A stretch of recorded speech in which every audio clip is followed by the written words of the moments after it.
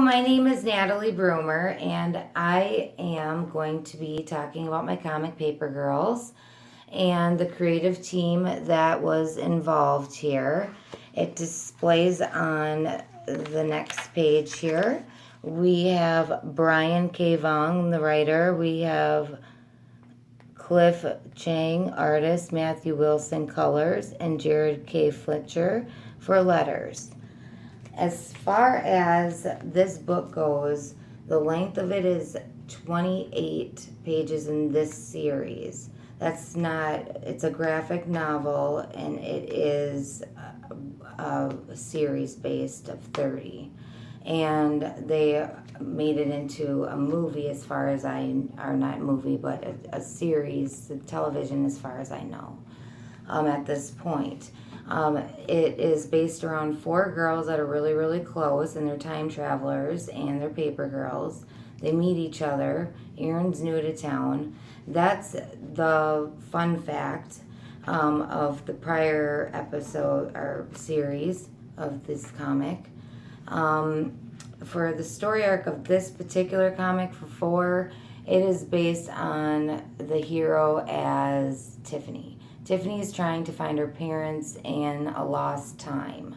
She's from 1988, and her parents aren't there. She runs into another guy. She figures out she has a sister. Some things are going on with the world where it's supposed to end, and they don't know where they're at.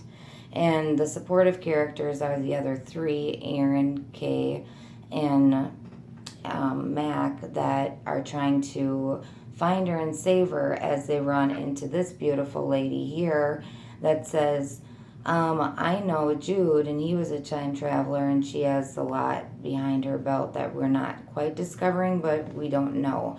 And she seems like she's a safety keeper at first for them because she doesn't want the world to completely end, but it's changed so much within time.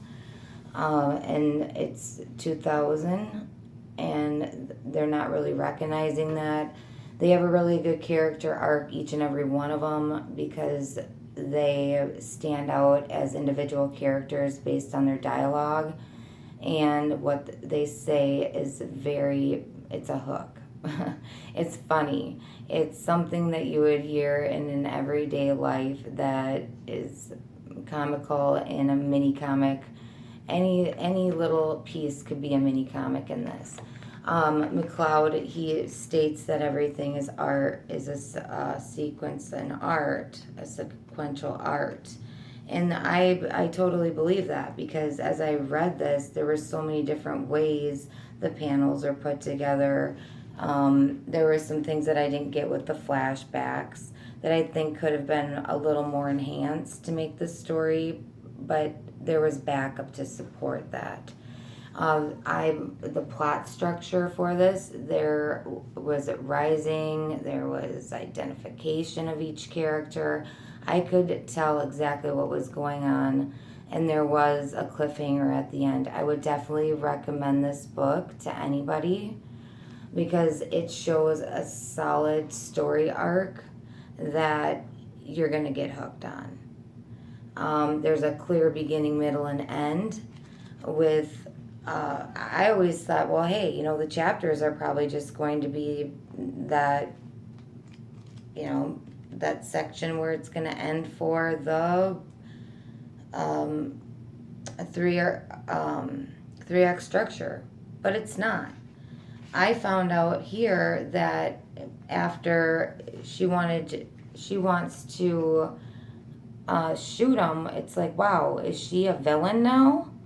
And that didn't take place till page 44, where the second act starts on page 25, and it goes back into the world of where Tiffany is. It's going back and forth between Tiffany. So there's a plot. It's going back and forth between what her friends are encountering through that, and it's going back and forth between the plots of the ones that want to destroy and take control of the world and not change it, and destroy any time traveling that ever exists. This is a very, very, very, very, very educational book. I don't know if I'd recommend it to young children because their F word kind of flies out a little bit, but other than that, I would recommend it. The mini comics are great. The structure with, where was it here? Sorry. The flashbacks, and here I really didn't get it because McLeod said subject to subject, aspect to aspect, and it is sequencer. So there's sequences in here, but really, like this sequence here, I was like, well, what in the world does that mean? So I'm like, oh, wait a minute, that's aspect to aspect, and that's a flashback.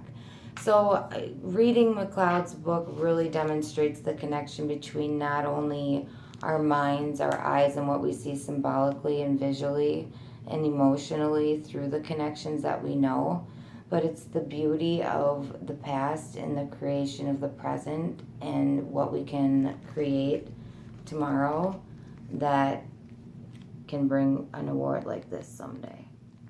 So I'm very proud of the kids that produced and created this comic and graphic novel.